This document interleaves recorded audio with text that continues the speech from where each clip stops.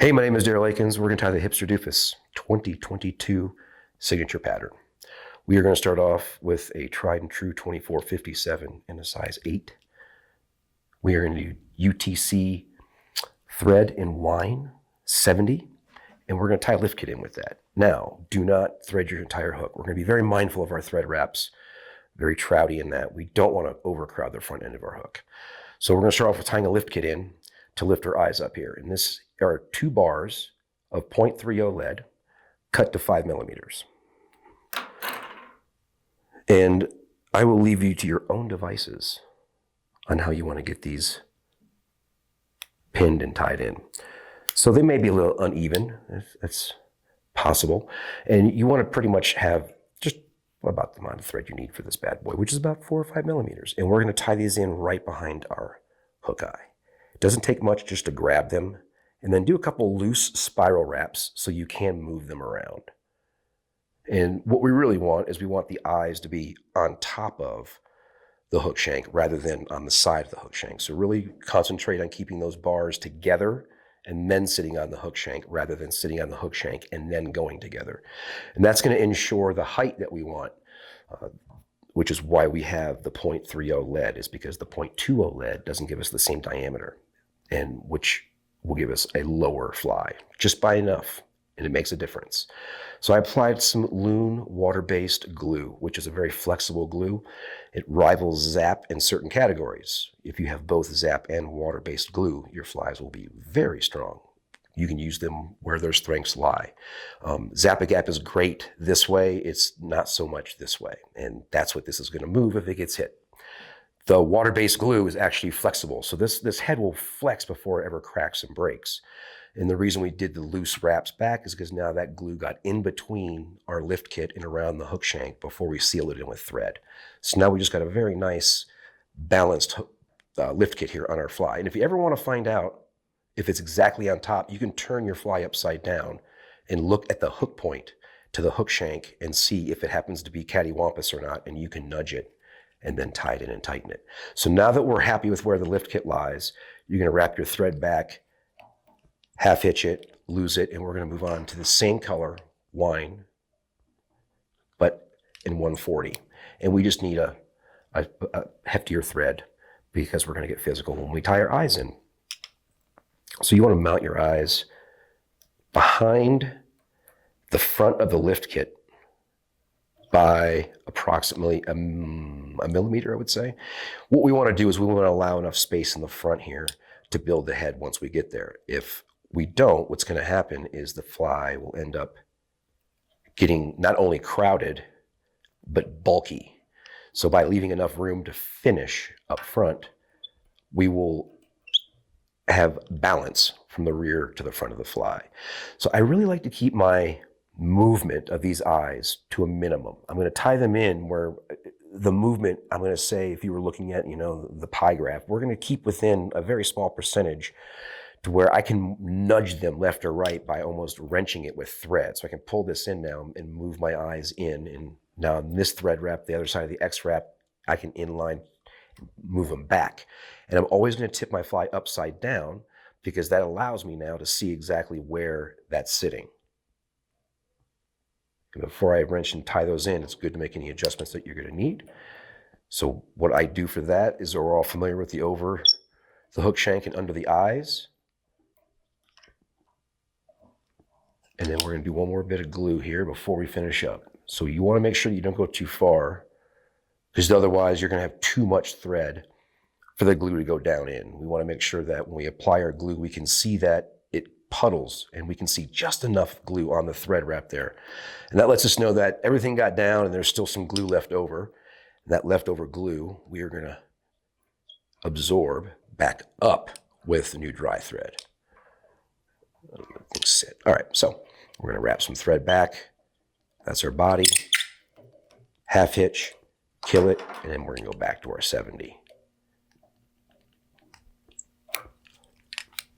All right, we're going to start about right there, and we're going to start building our body. We're going to do this one in fluorescent orange and brown. This is Senya Laser Dub. You can do any color combo. There's, gosh, lots of colors of Senya out there, or any long fiber dubbing would work. I've used monster dub in the past as well. But Senyo is where it is right now because that is what I started with, and I have no problem with it. It is very consistent. And you can see the end here. That's fine, we'll get to it. I don't want to have a super long dubbing loop, so I just leave what I need at the bottom, and we'll address that when we get there.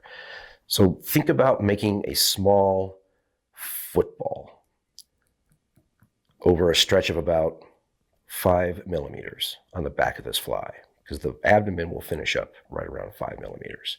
Here's our section that we had left over. I can just pull that down now. Wet my fingers. I have a sponge. It's actually a soldering sponge, but it's just a small sponge with water rather than licking. One, I didn't want to lick a bunch of flies and then mail them off to people ordering my flies. Yuck. And two, I didn't want to put materials back in my mouth.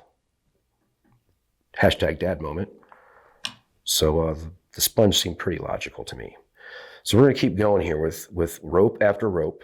Keep the dubbing rope thin enough, sparse enough, I should say, to where you can still see the wind thread through your rope. And that way you'll know that you can pretty much paint that thorax and bury those thread wraps in with each wrap because it's thin enough to do so. And you'll notice I'll work over and then come back down and then work over and then come back down. And what we're doing is we're building that taper. You don't always have to come back down or else you would overbuild it. But when I want to do a turnaround, I'll come down and build a little of that taper and then do a loose spiral to get back over to the abdomen there. And you can see it starting to take shape there. And if you start getting thread wraps that are too big, you'll start seeing it kind of almost bubble on you and want to roll off. It'll still fish, but you'll also notice that at the end of like 3 or 4 fish, you'll start seeing the dubbing start kind of tearing and pulling off. So this will keep things really durable for you by keeping the dubbing rope sparse.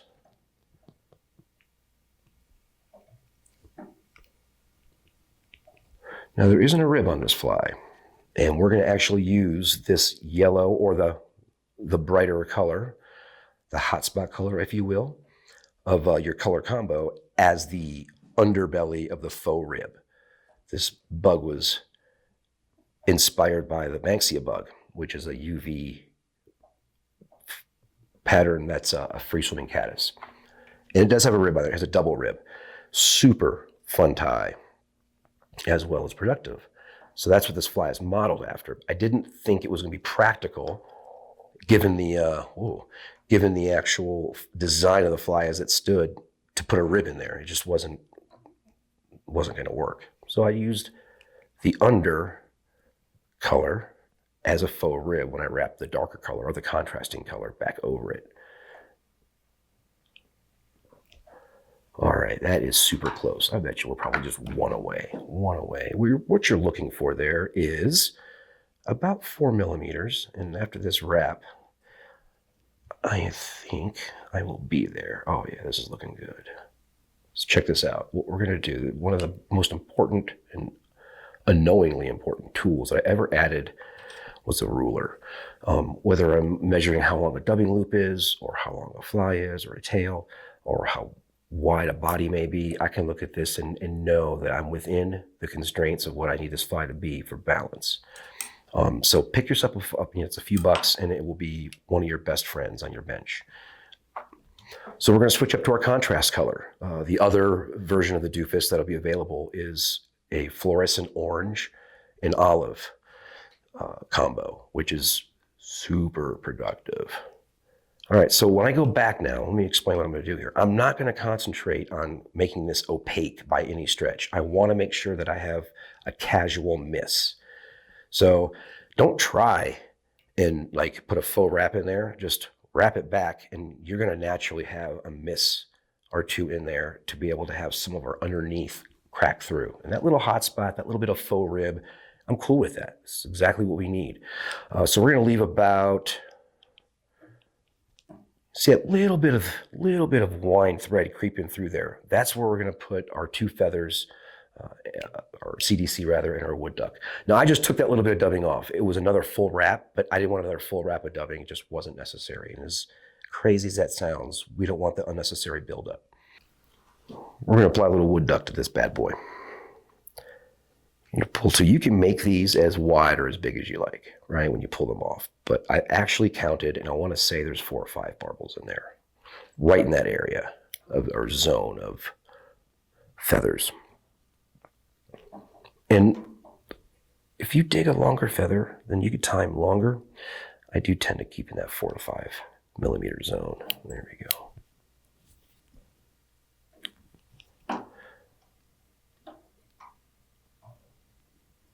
I see what you're doing. There we go. You know, it's important to make sure that you're happy before you move ahead with it, because if you're not, oh, you see that? It's not going to get me. Nope. There we go. I'm a real guy tying fake bugs. Happens. All right, cool.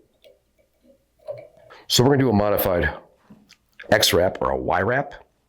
And we're going to be able to go around this thing a couple times and secure our eyes in a little better, or our feathers in a little better here. This wood duck can possibly get pulled out with several fish.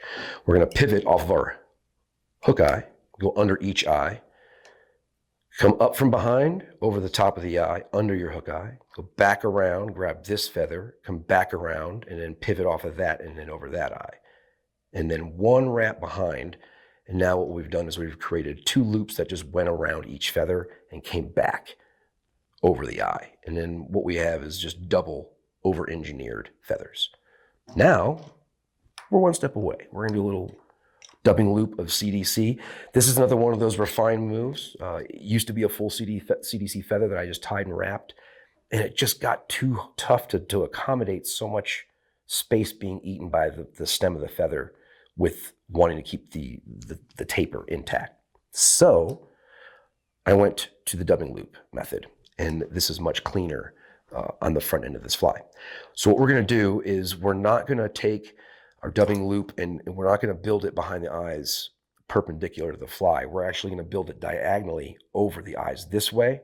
So we put our bulk here and not here, because we still have to wrap it, and we don't want to have the bulk of building it and wrapping it.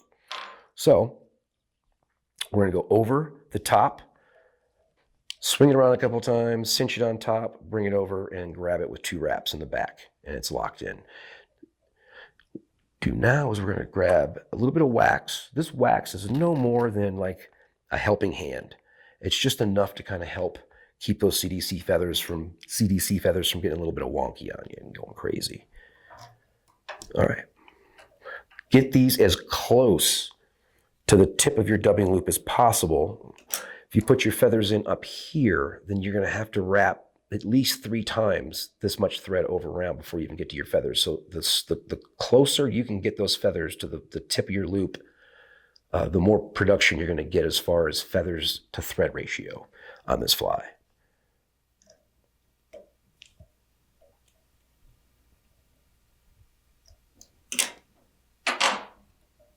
I like to grab right behind what I'm going to spin. There's 2 ways to go about that. This preloads what we're going to do. I'm able to do this. That little bit of wax is going to help these bad boys stay in place and not go anywhere. If you just spin it, it's going to spin and grab together. This is going to allow it to spin a lot quicker and grab it right away. And now we're just going to wrap. The only difference is we're not going to wrap just perpendicular to the fly. We're going to wrap with forward pressure, so that way our thread wraps are up against the eyes this way, and the material push back.